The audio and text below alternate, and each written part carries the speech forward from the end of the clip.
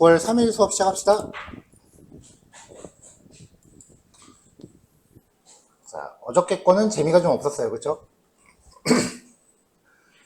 자, 자바스크립트 전체 내용 중에서 1단원부터 그 다음에 이제 12단원까지는 통칭 기본 문법이라고 부르는 부분이에요. 이 문법이라고 하는 거는 자바스크립트를 작성하기 위한 기본 규칙이에요. 그러니까 12단원까지는 뭐 자바스크립트의 J자라도 뭔가 내가 써보고 싶으면 무조건 다 그 적응을 해야 되는 부분이에요. 규칙이니까.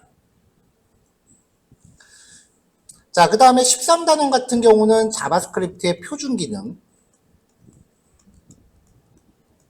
그리고 우리가 본격적으로 웹페이지 관련된 내용을 봤던 게 14단원부터 18단원까지였죠.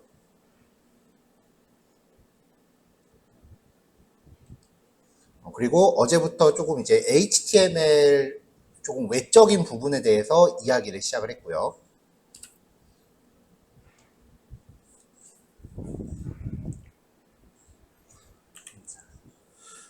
지금 우리가 하고 있는 게 순정 자바스크립트예요. 이 순정 JS를 바닐라 JS라고 부른다고 했었죠. 그럼 이제 이렇게 순정 자바스크립트를 사용하면은 우리가 모듈화라고 하는 부분을 배웠잖아요. 이 모듈화를 적용을 해서 순정 자바스크립트보다는 그래도 코드가 더 간결한 여러 가지 그 자바스크립트를 감싸고 있는 모듈들이 나와요. 가장 대표적인 게 전통적으로 jQuery. 그 다음에 jQuery 같은 경우는 지금은 좀 한물 가긴 했어요. 그 다음에 이제 최신으로 접어들어서 프론트엔드 3대장이라고 불리우는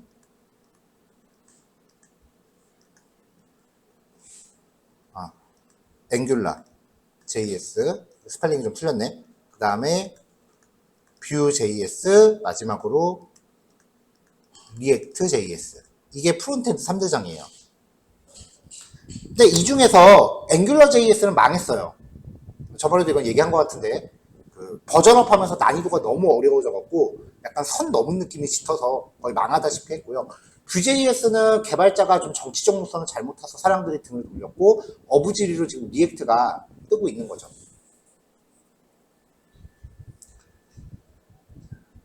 자, 이 중에 어떤 거를 내가 택한다 한들 자바스크립트를 작성하는 기본 규칙은 빼도 박도 못하고 그냥 그대로 계속 적용을 해야 돼요.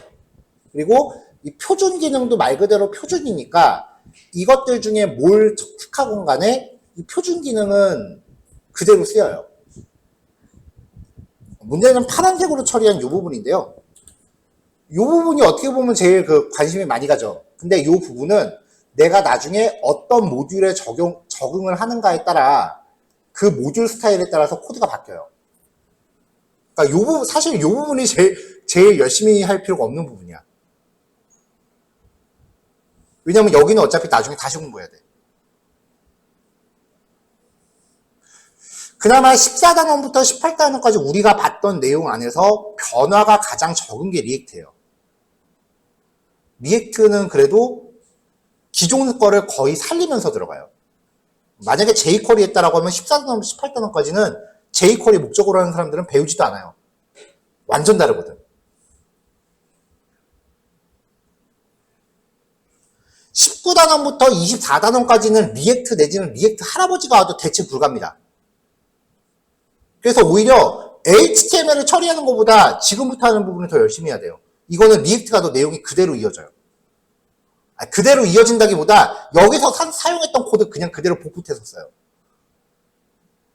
그러니까 실제로 중요한 건 여기야. 지금 하고 있는 19단원부터 24단원까지가 여기가 별표가 진짜 많이 쳐줘야 되는 부분이에요.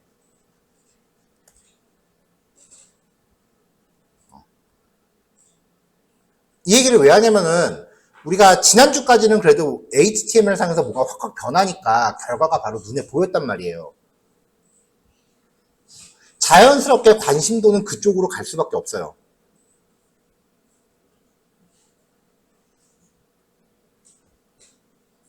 그래서 혹시라도 지금 눈에 안 보이는 부분에 대해서 이제 작업을 할 때 약간 관심도가 떨어질까봐 얘기를 하는 거예요.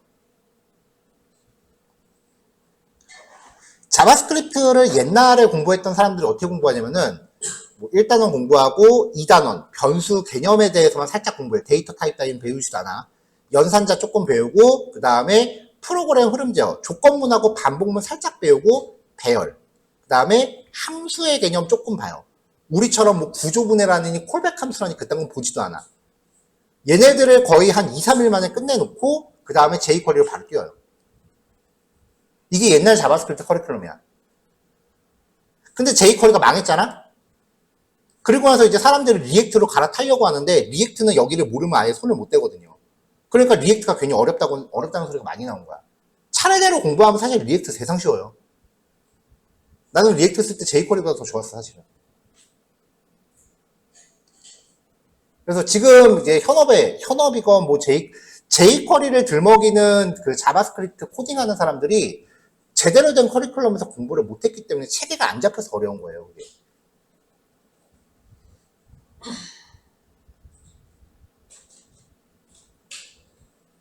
자, 그래서 어저께 이 중에서 브라우저 관련된 기능들을 살펴봤었고요. 오늘은 20단원 데이터 읽기 쓰기에 대해서 시작을 하겠습니다.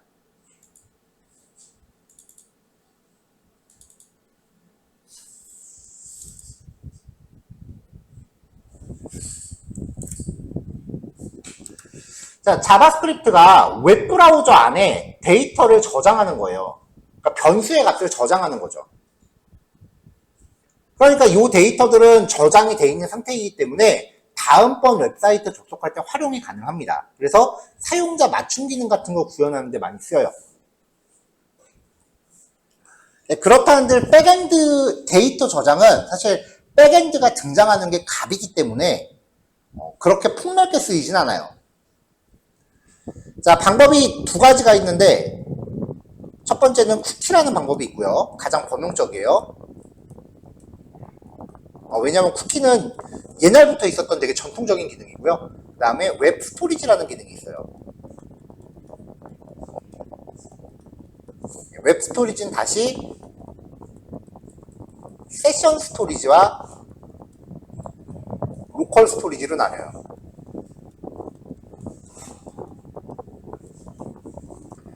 코드 난이도는 쿠키가 상대적으로 조금 높아요. 옛날 거다 보니까 코드 자체가 좀 비효율적으로 좀 만들어져 있는 것들이 좀 있고요. 세션 스토리지, 로컬 스토리지는 세상 쉬워요.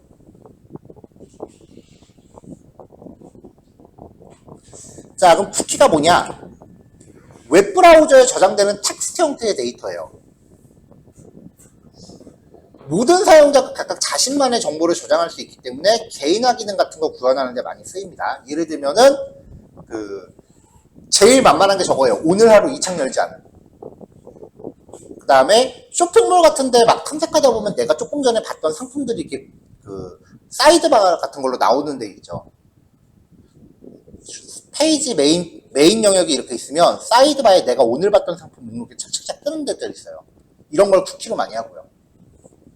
그 다음에 뭐 자동 로그인 같은 거 구현할 때 간간히 쓰기도 합니다. 근데 얘는 저장할 때 좀 형식이 문자열을 내가 만들어야 돼. 왜냐면 텍스트 데이터이기 때문에 문자열을 만들어야 돼. 변수 이름 이퀄 값 세미콜론. 그 다음에 특이한 게 유효 시간이 있어요. 지정된 시간 동안만 저장이 돼요. 영구 저장은 안 돼요. 세미콜론. 그 다음에 유효 경로. 이 변수가 인식되는 폴더 경로를 지정해 줄 수 있어. 근데 내가 만든 변수인데 어떤 폴더에서는 변수 값이 생성되고 어떤 폴더에서 안 생성되고 그런 거는 사실은 필요가 없으니까 그냥 이거는 최상위 폴더인 슬래시를 지정을 하고요. 그 다음에 세미콜론, 유효 도메인, 변수가 유효한 주소를 설정할 수 있어요. 이름하고 값은 모두 URL 인코딩 처리돼야 돼요. 영어 숫자는 굳이 안 해도 되는데 한글이 포함되거나 공백이 들어갈 수도 있으니까 URL 인코딩 무조건 건다고 보시면 돼요. 시간은 초단입니다.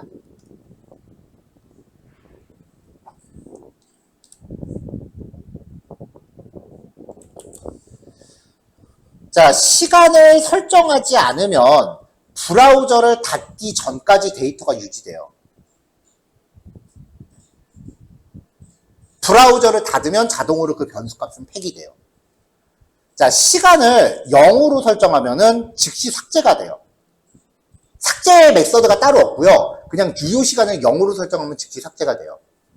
0보다 큰 숫자로 설정하면은 해당 초가 지나기 전까지는 브라우저를 껐다 켜도 계속 유지가 돼요.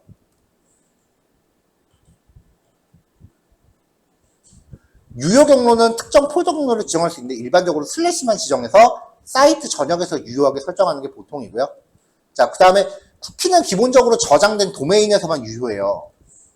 그러니까 따따따.naver.com에서 저장한 쿠키는 블로그.naver.com에서 식별되질 않아요.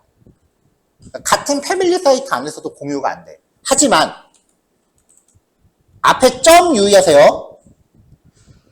.naver.com으로 도메인을 설정하면은 앞에 오는 게 모공간에 쿠키가 다 공유돼요. 그래서 오히려 쿠키가 패밀리 사이트 간의 어떤 정보 공유, 통합 로그인 같은 거 구현할 때 많이 쓰여요.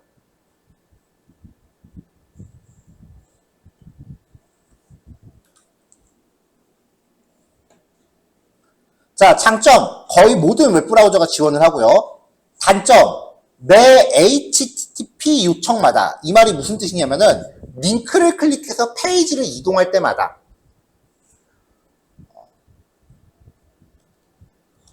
모든 변수가 포함돼서 그 백엔드한테 전송이 돼요. 이 말이 좀 지금 보니까 이상하네. 페이지 이동 시마다 백엔드에 무조건 모든 쿠키가 전송이 돼요. 그 말인즉슨 자바스크립트에서 저장한 쿠키를 백엔드랑 공유할 수 있다는 얘기고요. 반대로 백엔드도 쿠키 저장이 가능해요. 백엔드에서 생성한 정보를 프론트엔드에서도 공유받을 수 있다는 얘기야. 그러니까 이건 장단점이 되는 거죠. 모든 정보가 백엔드에 전송된다는 거는 보안상의 허점이 있을 수 있다는 거고요. 장점은 백엔드와 프론트가 변수를 공유할 수 있다는 거고요. 저장할 수 있는 용량이 굉장히 적어요. 그래서 무턱대고 저장할 수는 없고요. 암호화가 안 돼요. 그래서 보안의 쥐약이야. 그렇기 때문에 있어도 그만, 없어도 그만인 정보를 저장해야 돼. 그래서 오늘 본 상품이라던가 오늘 하루 이 창 열지 않음 이런 거 구현할 때만 많이 써요.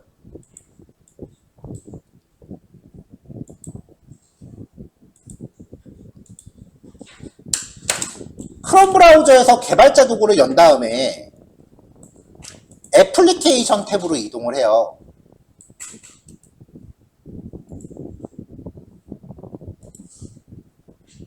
자, 그럼 여기 맨 위에 저장 용량이라는 곳에 쿠키라고 하는 부분이 있어요. 요거를 확장하면은 현재 이 웹브라우저가 접속하고 있는 사이트 주소가 나오거든요. 네이버 한 페이지도 지금 속에 사이트 4개가 결합되어 있네. 그러니까 사이트 단위로 쿠키가 저장이 돼요. 이렇게 얘네들끼리는 서로 공유가 안 돼요. 자, 요걸 선택하면은 지금 네이버 메인 페이지에서 저장하고 있는 쿠키 값들이 이렇게 보이는 거죠. 대놓고 다 노출되기 때문에 이름, 값을 이런 식으로 좀 알아볼 수 없게끔 인코딩해서 넣는 경우가 많고요.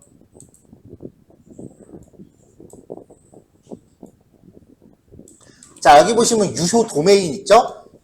.naver.com이라고 저장된 거는 네이버 브랜드 사이트에서 다 허용될 수 있다는 거예요. 근데 .naver.com이라고 되어 있는 이 변수 네이버 메인 페이지에서밖에 인식이 안 된다는 거야. 근데 굳이 메인 페이지에서만 인식시킬 필요가 있나?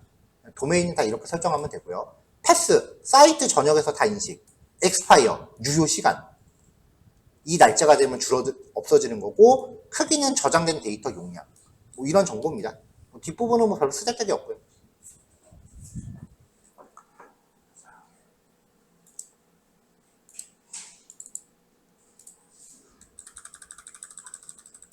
자, 그래서 우리 실행 예제를 한번 보면,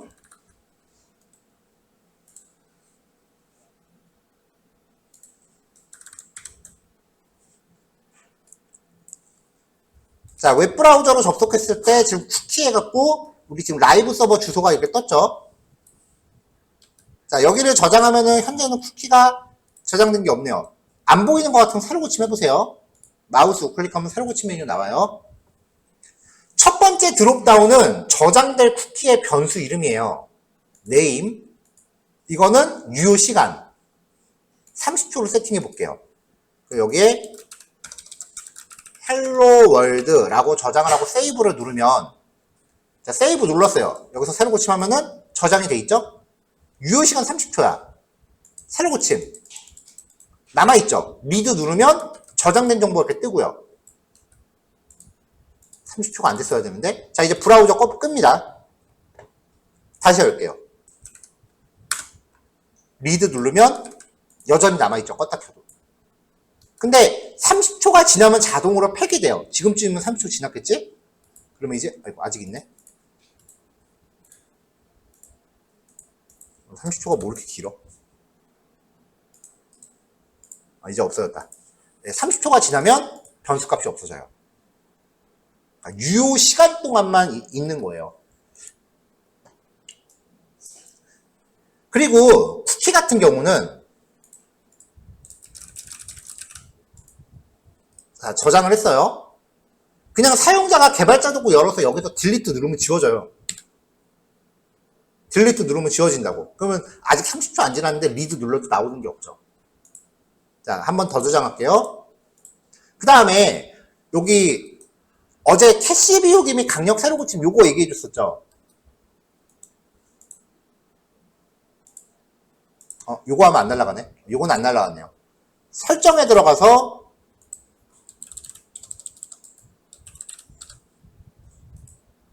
자, 여기서 이제 인터넷 사용 기록 삭제라고 하면은 여기 쿠키도 삭제할 수가 있어요. 그러니까 사용자가 맘만 먹으면 지울 수 있다는 얘기를 하는 거예요. 그렇기 때문에 중요한 정보, 이 변수 값이 없으면 프로그램 작동에 지장이 있다. 이런 것들은 저장하면 안 돼요. 진짜 있어도 그만 없어도 그만인 것들만 저장을 해야 돼요. 왜 그런 경험 있지 않으세요? 그 로그인 할 때 분명히 나는 아이디 저장 체크했는데 한참 나중에 접근하면 아이디가 저장이 안 돼 있다거나 자동 로그인이 풀려 있다거나.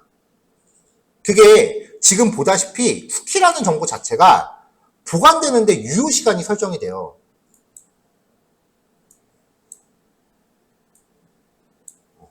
유효 시간이 설정이 된다고요. 그러니까 여러분들이 자동 로그인을 걸었다 하더라도 이 유효 시간이 지난 이후에 접속하면 풀릴 수밖에 없어요. 그러니까 원래 메커니즘이 그래. 영구 저장 자체가 불가능한 녀석이에요.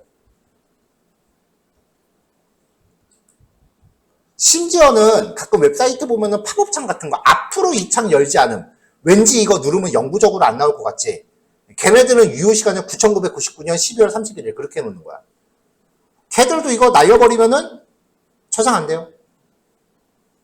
다시 팝업창 또 뜰 거야. 메커니즘적으로 성립이 안 돼요.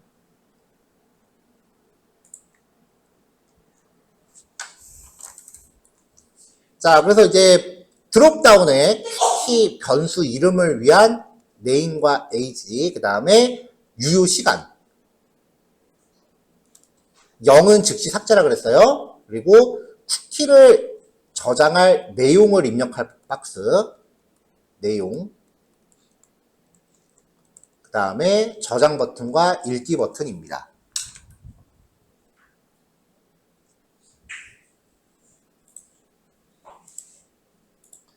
자, 저장 버튼하고 읽기 버튼 두 개 클릭 이벤트를 걸고요.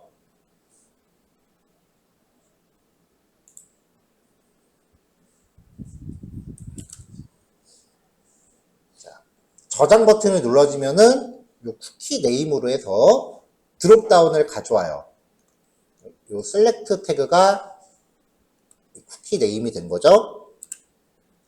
자, 쿠키 네임에서 선택된 위치의 인덱스에 대한 밸류를 가져와요. 그러면은 얘를 가져오든지 얘를 가져오든지 둘 중에 하나 가져오겠네요. 자, 이걸 네임이라고 합시다. 그냥 이거 첫 번째 거 선택했다고 칠게요.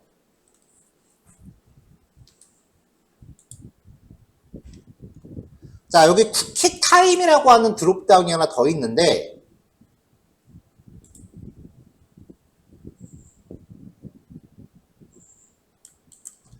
자, 여차여차해서 지금 여기에서 가져온 값을 name이라고 하자 그랬죠?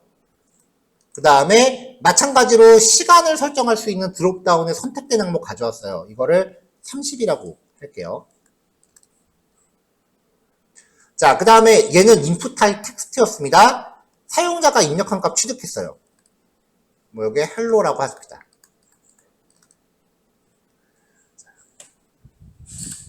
이름하고 저장할 값은 인코딩을 구성을 해야 돼요. 인코딩을 걸어요. 그래서 이름 이퀄 값 이런 식이 돼야 돼. 여기서 지금 선정한 변수대로면은 name equal hello 이렇게 문자열을 만들어주는 거예요. 그래서 선택된 이름 equal 값 세미콜론 찍고 그 다음에 패스는 슬래시 요건 순서 상관없어요. 패스 equal 슬래시 세미콜론 찍고 그 다음에 시간값이 있다면 선택된 시간값이 존재한다면 max age는 30 30초 동안 유효한 거예요. 이걸 여기 뒤에 덧붙이는 거죠.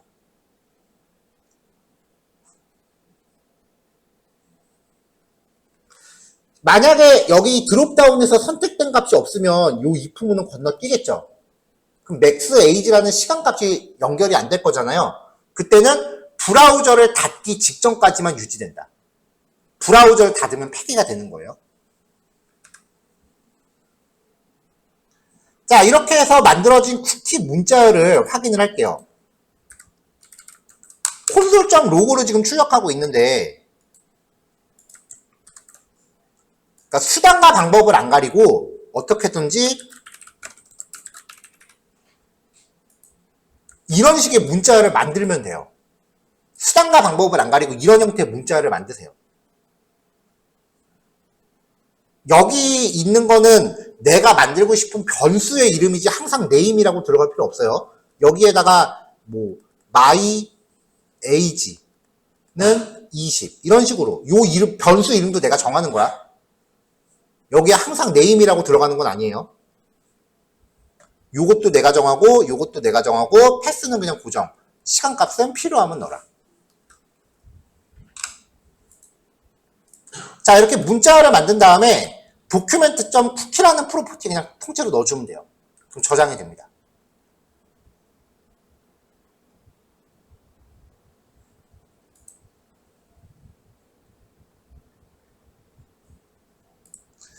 자, 그 다음에 이제 읽기 버튼을 누르면 document.cookie 값을 alert 함수로 그냥 출력만 할게요. 읽기는 보세요. 자, 제가 지금 다시 쿠키를 저장을 할게요. name에다가 30초짜리 리라고 저장하고요. 그 다음에 age에도 30초짜리 20이라고 저장을 할게요. 그러면 새로 고침해보면은 정보가 두 개가 저장돼 있죠? 읽기를 누르면 이게 통째로 다 문자열로 와요. 이렇게. 그러니까 여기에서 나한테 필요한 값이 뭔지 추출하는 처리를 따로 해줘야 돼. 그 처리는 인터넷 겁나 열심히 뒤져서 한 번에 그 값 처리해주는 정규 표현식을 하나 찾아놨어요. 조금 이따 오픈할 테니까 그건 조금 이따 확인하시면 돼요.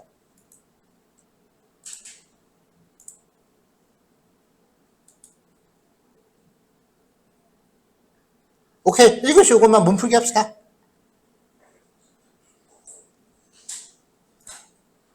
자, 10시 반 해봅시다.